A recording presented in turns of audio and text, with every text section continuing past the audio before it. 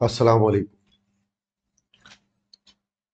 نگراں وزیر اعظم کے ناموں کا اعلان، کئی پیشگوئیاں، تجزیے۔ اسحاق ڈار صاحب نگراں وزیر اعظم بن رہے ہیں، ملیحہ لودھی صاحبہ نگراں وزیر اعظم بن رہی ہیں،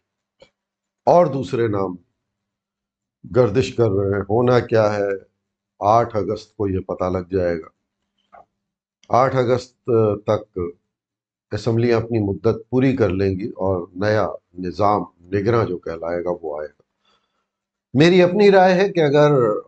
اسحاق ڈار صاحب آتے ہیں تو پھر صرف وزیر اعظم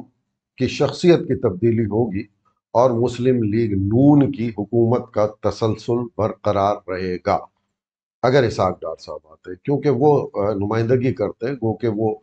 ممکن ہے کہ وہ سینیٹرشپ سے ریزائن کریں، ممکن ہے وہ مسلم لیگ نون کی رکنیت سے استعفیٰ دے دیں، لیکن اس کے باوجود وہ ایک موجودہ حکومت میں اہم عہدے پر فائز ہیں،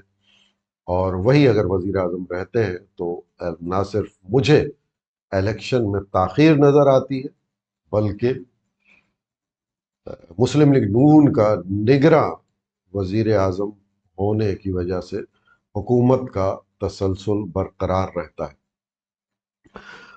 دوسری بات کریں گے، شہباز شریف صاحب کراچی آئے، گورنر سندھ کامران ٹیسوری صاحب نے انہیں وہ گھنٹی دکھائی، جو انہوں نے گھنٹی یا گھنٹا جو لگا ہوا ہے، بیل آف ہوپ، وہاں پر کوئی گھنٹی بجائے، اس کی خواہش پوری کی جائے گی بقول کامران ٹیسوری صاحب کے کہ ڈیجیٹلائز ہے، کمپیوٹرائز ہے، 10 لوگوں کی ڈیوٹی ہوتی ہے، گھنٹی بجتی ہے اور ان کی فریاد سنی جاتی ہے، اس کو حل کیا جاتا ہے، لیپ ٹاپ، راشن اور دوسری مدد کی جاتی۔ میں سوچتا ہوں کہ گورنر سندھ پورے سندھ کے گورنر ہیں، گورنر ہاؤس کراچی میں ہے، گھنٹا کراچی میں لگا ہوا ہے گورنر ہاؤس پر، عوام سندھ کے دور دراز علاقوں میں رہتی ہے۔ کراچی کی بات کر لیں تو میمن گوٹ، دمبا گوٹ، مبارک ویلے، اور سپر ہائی وے پہ آپ کئی گوٹ ہیں، بھٹائی آباد، صفورہ، پھر آپ اورنگی میں چلے جائیں، کٹی پہاڑی اور علی گڑھ کالونی، قصبہ کالونی، پھر آپ لیاقت آباد میں چلے جائیں، ناظم آباد میں چلے جائیں، ہر جگہ پہ چھوٹی چھوٹی کچھ آبادیاں ہیں۔ پھر آپ اگر سندھ میں دیکھ لیں تو ٹھٹھا، بدین، چیلیا، ڈپلو اور بہت سے، بھٹشا، دادو،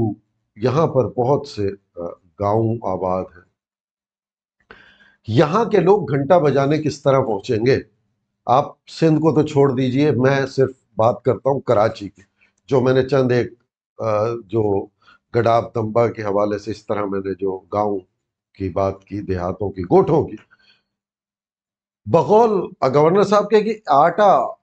آٹا غالباً 850 روپے کا 5 کلو، 1700 روپے کا 10 کلو، چینی بھی بہت مہنگی، آئل بھی بہت مہنگا، دال، گو کہ اشیاء خور و نوش تقریباً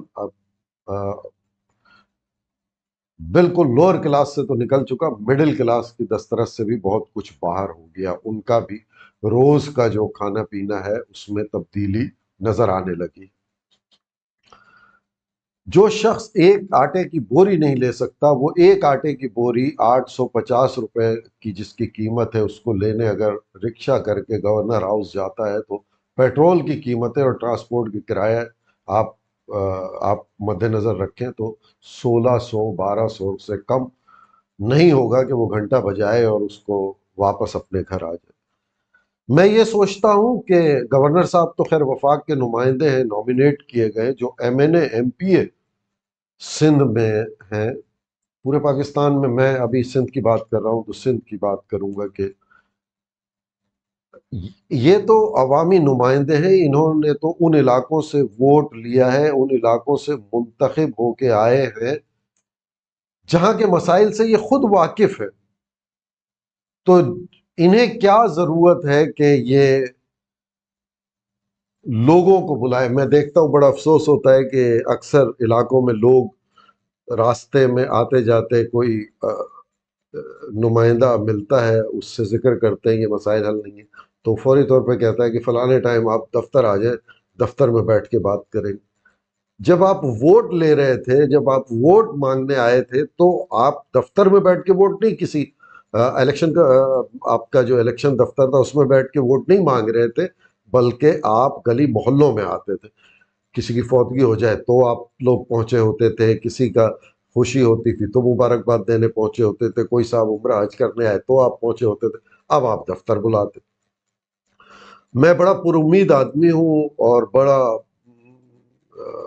کھری بات کر دیتا ہوں، جس کی وجہ سے تھوڑے کم لوگوں سے سلام دعا، یوں کہہ لیں کہ میرے ارد گرد کم لوگ رہتے، کیونکہ اگر آپ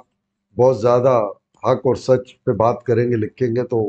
لوگ ظاہر ہے گھبراتے ہیں کہ یہ خود بھی پھنسے گا، ہمیں بھی کہیں نہیں پھنسوا دے، تو آپ سے تھوڑا کھچے کھچے رہتے ہیں۔ میں کہتا ہوں کہ جو کام اچھا ہو، جس کی آپ کو اس کو نظر آ رہا ہو، آپ اس کی برملا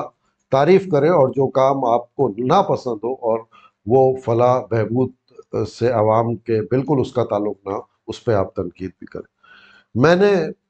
بارہا اپنے کالموں میں لکھا، اپنی گفتگو میں کہا کہ ایک پاکستان پیپلز پارٹی کا ایک دور اقتدار، ایک ایم کیو ایم کا دور اقتدار، یہ دو دور اقتدار تھے جس میں میں نے M N A M P A کو علاقوں میں بیٹھے ہوئے دیکھا، سینیٹرز کو علاقوں میں بیٹھے ہوئے دیکھا، کہ وہ بیٹھتے تھے، وہاں پر کام کرتے تھے، اور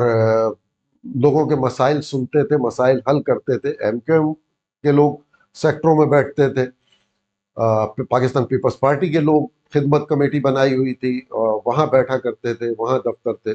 اور لوگوں کے درمیان آتے تھے M N A M P A senator, اور لوگوں کے مسائل حل کرتے تھے۔ کراچی میں صفائی ستھرائی ہوتی تھی، جھاڑو لگتے تھے، بلکہ ایم کیو ایم کا ایک دور تھا کہ اس میں M N A M P A بھی جھاڑو لگاتے تھے، کراچی صاف تھا۔ پاکستان پیپلز پارٹی نے بھی بہت کام کیا، ابھی بھی ٹرانسپورٹ وغیرہ کے حوالے سے سندھ گورنمنٹ کے کام جو ہے ان کی تعریف نہ کرنا زیادتی ہوگی، لیکن لوگوں کے بہت مسائل ہیں، پانی نہیں آ رہا، مختلف جگہوں پہ ہائیڈرنٹ بنے ہوئے، گیس نہیں آ رہی ہے، بجلی کی لوڈ شیڈنگ بے انتہا، ان علاقوں میں بھی، ان جگہوں پہ بھی لوڈ شیڈنگ ہو رہی ہے جہاں پر 80% ریکوری ہے۔ وجہ یہ ہے کہ بس آپ کا فیڈر جو ہے وہ دوسرے علاقے میں آپ کو منسلک کر دیا گیا، جہاں چوری زیادہ ہو رہی ہے، سزا آپ بھی بھگتیں گے، کوئی ایس او پی نہیں، کوئی طریقہ کار نہیں، ظلم کی انتہا ہے۔ تو بس آخر میں یہی کہنا چاہوں گا کہ لوگوں کے پاس اتنی سخت، اتنی ہمت، اتنی طاقت، اتنے وسائل نہیں ہے کہ وہ کسی دربار پہ یا کسی دفتر میں آ کے کوئی گھنٹہ بجائے۔ لوگوں کے اگر